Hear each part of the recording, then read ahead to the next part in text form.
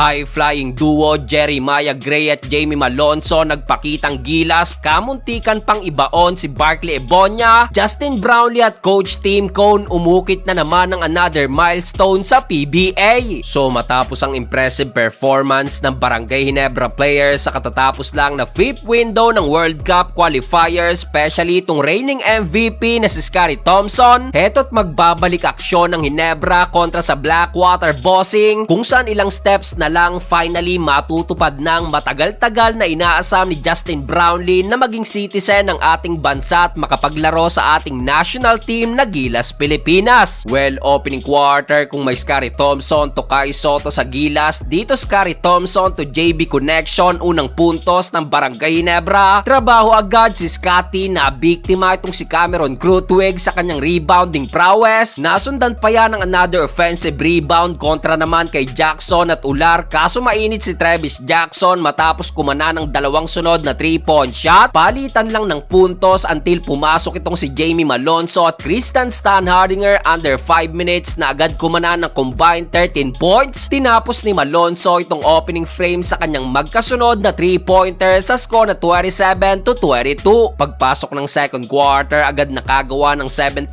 run ng Blackwater at dito nakuha na nilang lamang sa score na 29-27. Matapos nga lang yan, nakasagot ng 3 straight 3-pointer ang Ginebra mula kay Stanley Pringles, Scottie Thompson at Jeremiah Gray. Dahil dyan nakaabante ng 7 points ang Ginebra under 7 minutes mark sa score na 38-31. Nakabawi nga lang ng dalawang sunod na 3-pointer naman itong si James Sena, pero still na natiling mainit si Jeremiah Gray at muling nakasagot ng 5 straight points na sinundan pa ng dalawang sunod na 3-point shot ni Justin Brownlee. Kaso patuloy din ang sagot ng Bossing sa bawat basket ng Ginebra, kaya naman natapos ang first half na 5 puntos pa rin ang lamang sa score na 52-47. Pinanguna ni JB ang Ginebra with 10 points kontra sa tag-8 puntos ni Travis Jackson at Tato Ular. Third quarter, dito na kumawala ang Barangay Ginebra. LA Tenorio at Scottie Thompson connection mula sa corner 3-pointer. Nasundan pa yan ng isang baseline pass papunta muli kay Scottie. Takeover mode na rin si JB, kung saan nakuha pa nga nito ang another milestone sa PBA bilang kauna-unang import na nakakuha ng 300 steals. Under 6 minutes mark, Aljun Mariano muntik upakan si Yusef Taha, butit nakapagpigil matapos itong gawing kapitan. Stand naman Stanley Pringle, hesitation move, iwan ang depensa ni Travis Jackson. Gandang reverse naman ang nagawa ni Scottie kontra kay Ray Suerte. End of third period, 75-58. Fourth and final quarter, nag-showtime na itong high-flying duo ng Ginebra, Jamie Malonzo, baseline slam dunk. Nasundan pa yan ng isa at kamuntikan pang ibaon itong si Ebonia sa kanyang posterized dunk attempt. Matapos yan, si Jeremiah Gray naman ang kumana ng another 7 straight points upang lalong ibaon itong Blackwater Bossing. Nakatikada pa dyan ng 3-point shot si Von Pesumal bago matapos ang laro sa dominating win ng Ginebra 98-84. Coach Tim Cone, another milestone, nakuha na ang kanyang ika-1,000 win sa kanyang coaching career. Nakapagtala ng 17 points si JB, 16 kay Scottie, 13 kay Malonzo at career high 15 points naman kay Jeremiah Gray na itinangal din na best player. So ayun, congrats sa mga nanalo dyan at sa mga hindi pa nakakapag-register, abay mag-register na sa legit betting site na 1xBet. Dito'y maaari kang tumaya sa lahat ng klase ng sports, especially sa basketball, PBA man at NBA. Mag-register lang gamit ang link sa comment section. Gamitin ang ating promo code at baka ikaw nang makatanggap ng bonus up to 7,000